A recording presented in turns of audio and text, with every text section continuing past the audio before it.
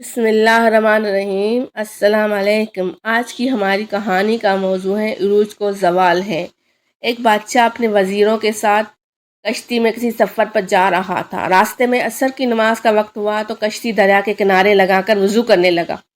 وضو کرتے ہوئے اچانک اس کا وضو والا برتن پانی میں گر گیا۔ بادشاہ نے وزیروں کو آواز دی اور کہا کہ اس کا وضو والا برتن پانی میں گر گیا ہے۔ ایک وزیر نے پوچھا، بادشاہ سلامت، برتن کس جگہ پر گرا ہے؟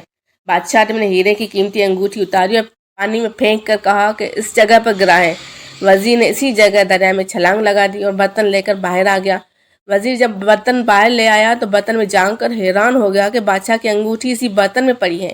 وہ حیران و پریشان ہو کر بادشاہ کو دیکھنے لگا اور کچھ دیر سوچنے کے بعد کہا، بادشاہ سلامت، آپ کے اس غلام نے کئی سالوں تک آپ کی خدمت کی ہے۔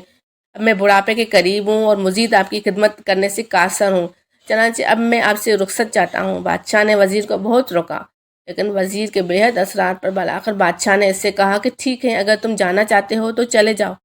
وزیر اسی وقت بادشاہ کو خیر بات کہہ کر کشتی سے اترا اور جنگل کی طرف چل دیا۔ بادشاہ بھی اپنی کشتی پر سوار ہو کر آگے کی طرف چل دیا۔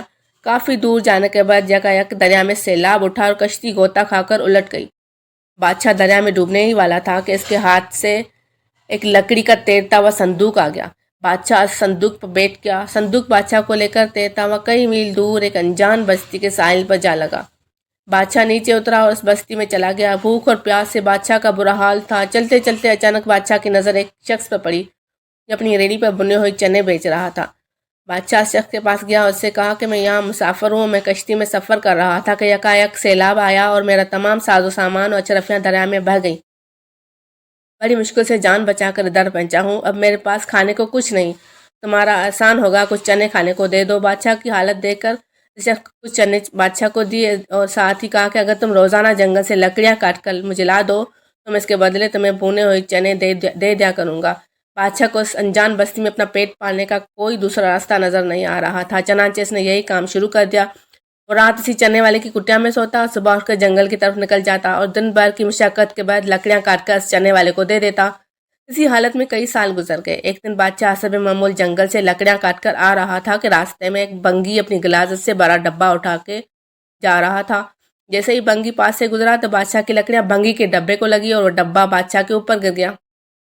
ڈبہ گرنے کی وجہ سے بنگی نے اور اس پاس سے گزرنے والوں نے بادشاہ کو پکڑ لیا اور اس کی خوب درگت بنائی اور ڈبے میں بچی ہوئی غلاظت بھی اس کے اوپر انڈیل دی۔ بادشاہ مار کھا کر دوبارہ اپنی لکڑیاں اٹھا کے منزل کی طرف چل دیا۔ چلتے چلتے اچانک سے شاہی لباس میں ملبوس کچھ آدمی اور گھوڑے نظر آئے۔ بادشاہ کو اندازہ ہوا کہ سلطنت کا بادشاہ گزر رہا ہوگا۔ جب وہ شاہی گھوڑے قریب سے گزرے تو مفلوق الحال بادشاہ یہ دیکھ کر حیران رہ گیا کہ وزیر جو اسے راستے میں چھوڑ گیا تھا وہی بادشاہ بنا شاہی سواری پر جا رہا ہے۔ وزیر نے ایک نظر اس مفلوق الحال بادشاہ کو دیکھا اور بنا روکے اپنے محل کی طرف چل دیا۔ محل میں پہنچ کر اس نے سپاہیوں کو حکم دیا کہ اس شخص کو پکڑ کر دربار میں پیش کیا جائے۔ سپاہیوں نے حکم کی تعمیل کی اور اس بادشاہ کو پکڑ کر دربار میں پیش کر دیا۔